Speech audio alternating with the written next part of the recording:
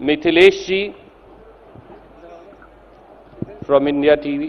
जी राहुल जी नमस्कार, मिथिलेश हूं मैं इंडिया टीवी से। आपसे सवाल है, आप लोगों के बीच जा रहे हैं लगातार, विधानसभा चुनाव उसमें भी आप गए, आपको क्या लगता है, अभी राष्ट्रवाद की भी बात की जा रही है, आप जो लोगों से बातचीत कर रहे हैं उससे क्या लगता है कि क्या राष्ट्रवाद की बात सुनेंगे लोग या आपकी बात सुनकर अगली सरकार किसकी होगी? मेन मुद्दा देश में आज रोजगार का है और किसानों की समस्या का है। ये आप सबके सब सर्वे, सबके सब पोलिंग यही दिखा रही है। तीसरी बात, जो इकोनॉमी बिल्कुल बंद पड़ी हुई है, जैम्ड है, और इस बात को सब लोग मानते हैं कि हिंदुस्तान की इकोनॉमी बिल्कुल अटकी हुई है, फंसी हुई है, तो उसको एक बार फिर चालू करना, उसमें जीएसटी का भी मामला है, उसमें न्याय योजना का मामला है, तो ये 3-4 मुद्दे हैं। और आखिरी, भ्रष्टाचार, राफेल और नरेंद्र मोदी जी के जो कंटिन्यूअस नॉनस्टॉप झूठे वायदे। विक्रांत फ्रॉम आज तक। राहुल जी, मैं आज तक से कुमार विक्रांत सिंह, आपसे सवाल यह है कि क्या हम लोग कांग्रेस पार्टी के अगले प्रधानमंत्री पद के उम्मीदवार से बात कर रहे हैं, और सवाल यह है कि क्या मनरेगा 15 साल हो गए उस योजना को, वो कहां तक पहुंची है आपके हिसाब से, और नई न्याय योजना और मनरेगा दोनों कितने बड़े गेम चेंजर साबित होंगे? क्या हम नए प्रधानमंत्री से बात कर रहे हैं कांग्रेस पार्टी के उम्मीदवार के तौर पर? ये देश के ऊपर है, मेरे ऊपर थोड़ी है। मैं तो अपना काम करता हूं। ये सवाल तो आपको देश की जनता से पूछना पड़ेगा। जहां तक मनरेगा की बात है, मनरेगा ने 2009 में हिंदुस्तान की जो ड्रामेटिक ग्रोथ थी उसमें मदद की थी। आप किसी भी इकोनॉमिस्ट से पूछें तो आपको बताएंगे कि जो पैसा डायरेक्टली रूरल एरियाज में गया था उससे इकोनॉमी फायर हुई थी, स्टार्ट हुई थी। वही लॉजिक न्याय योजना का है। देखिए, हिंदुस्तान में अभी इकोनॉमिक इमरजेंसी लगी हुई है। नरेंद्र मोदी जी ने नोटबंदी की, गब्बर सिंह टैक्स किया, छोटे दुकानदारों पे, स्मॉल मीडियम बिजनेसेस पे वार किया, तो इकोनॉमी बिल्कुल फंसी है और उसको जंप स्टार्ट करने की जरूरत है, शॉक थेरेपी की जरूरत है। और इसीलिए हम शॉक थेरेपी और डायरेक्ट पैसा हिंदुस्तान के सबसे गरीब लोगों के जेब में डाल रहे हैं। वो पैसा, जैसे ही वो पैसा उनके जेब में जाएगा, वो चीजें खरीदना शुरू करेंगे। जैसे ही वो चीजें खरीदना शुरू करेंगे, इकोनॉमी फायर होगी, स्टार्ट होगी, और जो हमारे यूपीए के समय ग्रोथ के लेवल्स थे वो ही फिर से हो जाएंगे। There is a feeling in South India, a very strong feeling in South India that they are not being carried by the current government. South India feels hostility from Mr. Narendra Modi.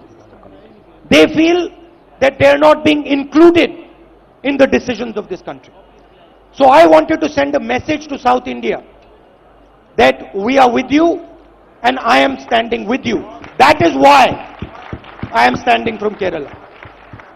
Now, what was the second part of your question? I don't know where you're getting this information from. Last I saw, we have an alliance in Bihar, we have an alliance in Jharkhand, we have an alliance in Tamil Nadu, we have an alliance in Maharashtra. So I don't know where you're getting, which newspapers you're reading. But as far as I can see, we have alliances across the country. Baba from NDTV. Can you please pass on the mic? Baba पीछे खड़े हैं तो जरा उन्हें दे दीजिए। आशीष।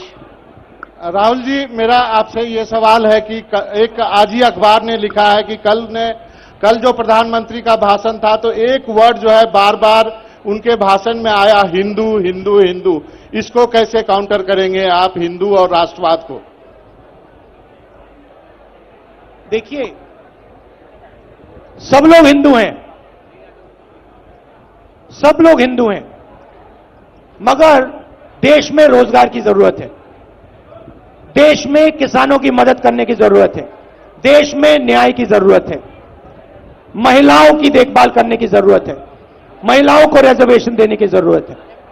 नरेंद्र मोदी जी छुप रहे हैं, नरेंद्र मोदी जी डरे हुए हैं,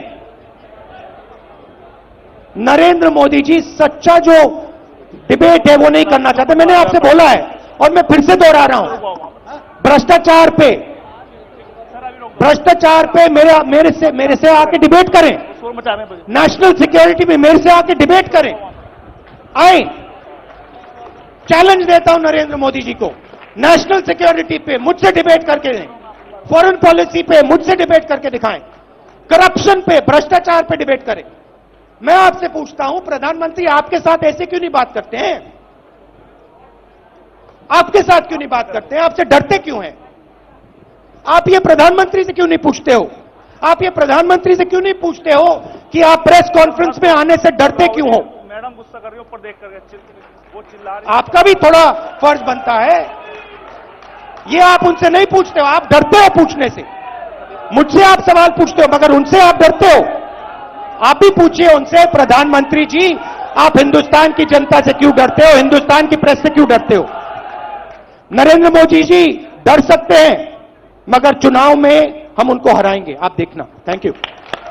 Vion, please. Sharma ji. Can you pass on the same mic, please? Sir, Rahul ji, I'm Kartikeya Sharma from Vion. My question to you is that your manifesto is very job, economy, pollution, civic amenity centric. Do you think that in post Balakot political narrative, it is enough to propel Congress back to power? I'm absolutely sure that the issues in this election are unemployment and the state of farmers. I'm absolutely sure about that. If you go out, that's what the country is saying. So I'm absolutely certain that the issue in this election is Rozgar and Kisan, Bhrashtachar and Nyay Yojana. Ashish Singh. Rahul ji good afternoon, Ashish हूँ ABP news से। दो सवाल हैं sir, एक पल्लवी जी जो पूछ रही थी उससे रिलेटेड एक सवाल पूछ लीजिए। I think we need to now proceed with other programme. Sir एक छोटा सा आप कंसिडर सर, दिल्ली में आम आदमी पार्टी से आप अलायंस कर रहे हैं कि नहीं कर रहे हैं? आपने कई स्टेट का जिक्र किया कि अलायंसेस हो रहे हैं, इसको लेकर के जो कंफ्यूजन है उसको अगर आज आप क्लियर कर दें। There is no confusion on this. The situation is actually very clear on this issue. We have constructed alliances. We have been open to construct alliances, and we have done it across the country. We are very flexible on that issue. Sir, just the other question. Thank you so much. I think there will be a press conference at 4:15 again by Shri P. Chidambaram, and rest of the questions can be taken there. मैं एक बार फिर कांग्रेस अध्यक्ष श्री राहुल गांधी जी का, श्रीमती सोनिया गांधी जी का, doctor Manmohan Singh ji का, Shri P Chidambaram जी का, Shri A K. Antony जी का, Shri KC. Venugopal जी का और मेरे साथी गौड़ा जी का बहुत बहुत धन्यवाद करता हूं।